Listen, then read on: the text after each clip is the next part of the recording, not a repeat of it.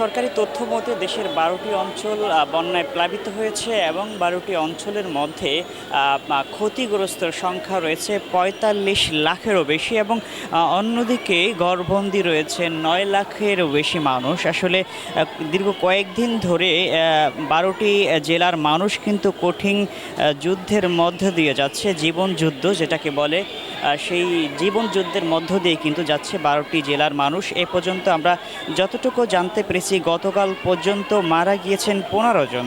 তাদের মধ্যে কুমিল্লায় ৪ জন, ফেনীতে ১ জন, চট্টগ্রামে ২ জন, নোয়াখালীতে 1 জন, ব্রাহ্মণবাড়িয়া 1 জন, লক্ষ্মীপুর ও কক্সবাজারে 3 জন মারা গেছেন। বন্যা কবলিত মানুষের ত্রাণের চেয়েও বেশি যেটা আকাঙ্ক্ষা করছেন সেটা হচ্ছে তাদের আকুতি হচ্ছে যে তাদেরকে আশ্রয় স্থানে যাতে নিয়ে যাওয়া হয় এবং সেই আশ্রয় কেন্দ্র কিন্তু বানানো হয়েছে ১৬০টিরও বেশি এবং এর মধ্যে আশ্রয় কেন্দ্রগুলোতে ১,৮৮,২৩৯ জন মানুষ কিন্তু আশ্রয় পেয়েছেন ইতিমধ্যে এবং মেডিকেলের ৩৩৭টি টিম গঠন করা হয়েছে এবং তারাও কিন্তু কাজ করছেন, কাজ তাদেরও চলমান রয়েছে।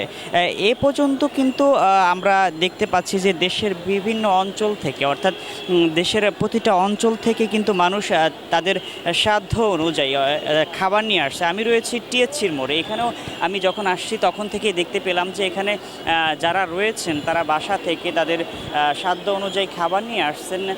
অনেকেই তার ছোট ব্যাগে করে খাবার, শুকনো খাবার এবং পোশাক নিয়ে আসছেন টিএসসিতে এবং অনেকেই বড় বড় ট্রাকে করে বিভিন্ন ধরনের খাবার সংগ্রহ করে এখানে নিয়ে আসছেন এবং এখান থেকে খাবারগুলো সরাসরি বন্যা কবলিত এলাকায় পাঠানোর জন্য তারা চেষ্টা করে যাচ্ছেন। আসলে টিএসসিতে এসে যতটুকু দেখলাম যে মানুষের জন্য যেই কথাটা ছিল সেটা পরিপূর্ণতা পেয়েছে হয়তো বা এই জায়গায় এবং পুরো দেশেই বলা চলে।